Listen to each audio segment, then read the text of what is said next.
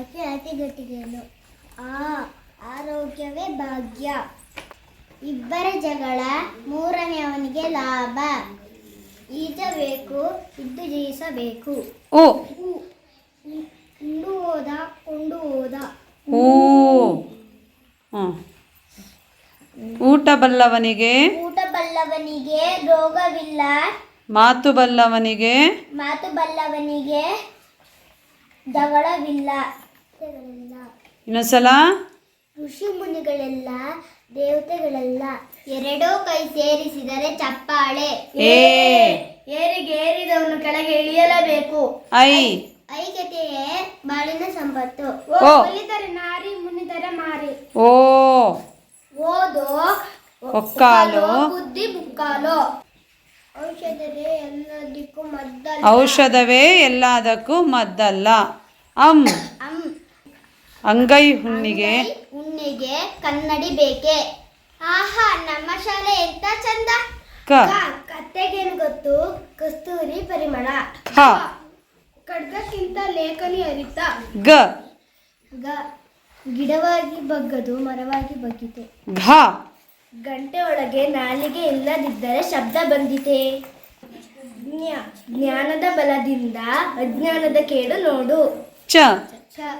ಚಿಂತೆ ಇಲ್ಲದವನಿಗೆ ಸಂತೆಯಲ್ಲೂ ನಿದ್ದೆ.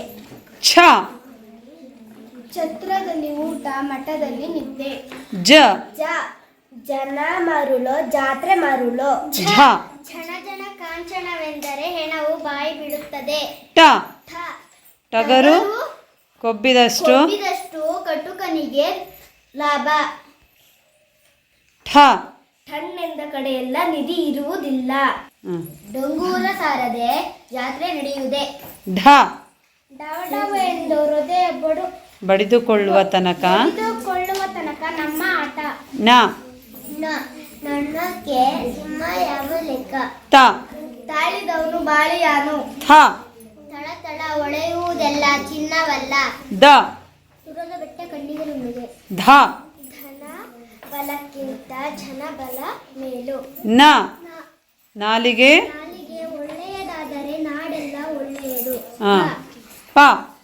ಪರಿಶ್ರಮವಿಲ್ಲದೆ ಫಲವಿಲ್ಲ.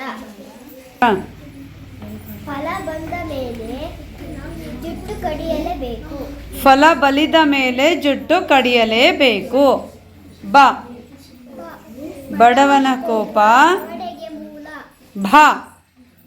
ಭರಣಿಗೆ ಮಳೆ ಬಿದ್ರೆ ಧರಣಿಯೆಲ್ಲ ಬೆಳೆ. ಮಾತು ಬೆಳ್ಳಿ ಮೌನ ಬಂಗಾರ. ಯಾರದೋ ದುಡ್ಡು ಎಲ್ಲಮ್ಮನ ಜಾತ್ರೆ. ರವಿ ಕಾಣದನ್ನು ಕವಿ ಕಂಡನು. ಲೋಕ ತಿಳಿಯಬೇಕು ಲೆಕ್ಕ ಕಲಿಯಬೇಕು. ವೇದ ಸುಳ್ಳಾದರೂ ಗಾದೆ ಸುಳ್ಳಾಗದು. ಶಕ್ತಿಗಿಂತ ಯುಕ್ತಿ ಮೇಲು. ಶರದ ರುಚಿ ಬೇರೆ ವಸ್ತುವಿನಿಂದ ಸಿಕ್ಕಿತೆ.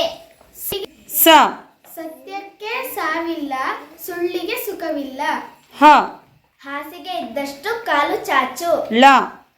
ಹಳ್ಳಕ್ಕೆ ಬಿದ್ದರೆ ಆಳಿಗೊಂದು ಕಲ್ಲು. ಇದೆಲ್ಲ ಏನಿದು? ಆ ಇಂದ ಳವರೆಗೆ ಗಾದೆ ಮಾತುಗಳನ್ನು ಹೇಳಿದ್ದೇವೆ ಅಲ್ವಾ? ನೀವೆಲ್ಲರೂ ಚೆನ್ನಾಗಿ ಗಾದೆ ಮಾತುಗಳನ್ನು ಹೇಳಿದಿರಿ. ಹಾಗಾಗಿ ನಿಮ್ಮೆಲ್ಲರಿಗೂ ಧನ್ಯವಾದಗಳು.